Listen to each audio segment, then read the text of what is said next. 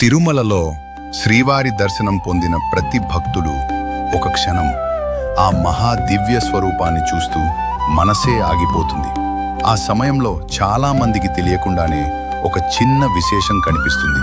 శ్రీవారి విగ్రహంపై తెల్లటి పచ్చటి కర్పూరం. దాన్ని ఎందుకు వేస్తారు? దాని వెనుక అసలు రహస్యం ఏమిటి? ఈ ప్రశ్న చాలా సాధారణంగా అనిపించినా దీనికి ఉన్న సమాధానం మాత్రం చాలా లోతైనదినది. పురాణాల ప్రకారం కలియుగంలో శ్రీ మహావిష్ణువు వెంకటాద్రిపై శ్రీనివాసుడిగా ప్రత్యక్షమయ్యాడు. ఈ విగ్రహం మనుషులు చేసినది కాదు, అది స్వయంభూ, అంటే భూమి నుండి స్వయంగా వెలిసిన దైవ స్వరూపం. అందుకే శ్రీవారు జీవంత దేవుడుగా భావిస్తారు. కలియుగంలో మనుషులు పాపాలకు లోనవుతారు. అప్పుడు శ్రీవారు భక్తుల బాధలను స్వీకరిస్తారు. ప్రతి భక్తులు తన కష్టాలను, తన బాధలను శ్రీవారి వద్ద వదిలిపెడతాడు. భక్తి నమ్మకం ప్రకారం శ్రీవారి విగ్రహం నుండి ఒక దివ్య తేజస్సు వెలువడుతుంది. అది సాధారణం కాదు, అది పాపాలను నశింపచేసే శక్తి. భక్తుల పాపాలు ఆ తేజస్సులో కరిగిపోతాయి. పచ్చటి కర్పూరం, దాని రహస్యం ఇప్పుడు. ఆ దివ్య తేజస్సును సమతుల్యం చేయడానికి పచ్చటి కర్పూరాన్ని వేస్తారు. పచ్చటి కర్పూరం చల్లదనాన్ని ఇస్తుంది, శుద్ధతను కలిగిస్తుంది.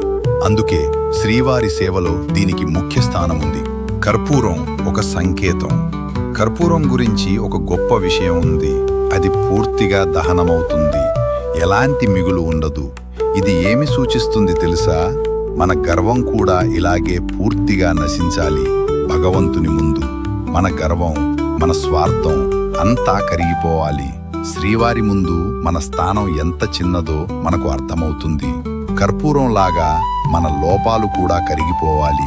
అప్పుడు మాత్రమే నిజమైన భక్తి కలుగుతుంది. భక్తులు చెబుతారు, శ్రీవారి దగ్గరికి వెళ్ళినప్పుడు ఒక దివ్య సువాసన వస్తుంది.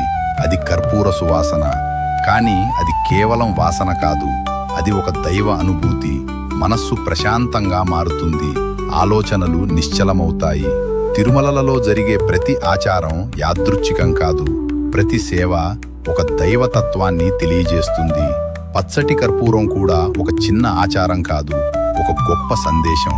భగవంతుని ముందు మన గర్వం పూర్తిగా కరిగిపోతే మనలోని పాపం కూడా కరిగిపోతుంది. అప్పుడు మాత్రమే మన జీవితం పవిత్రమవుతుంది.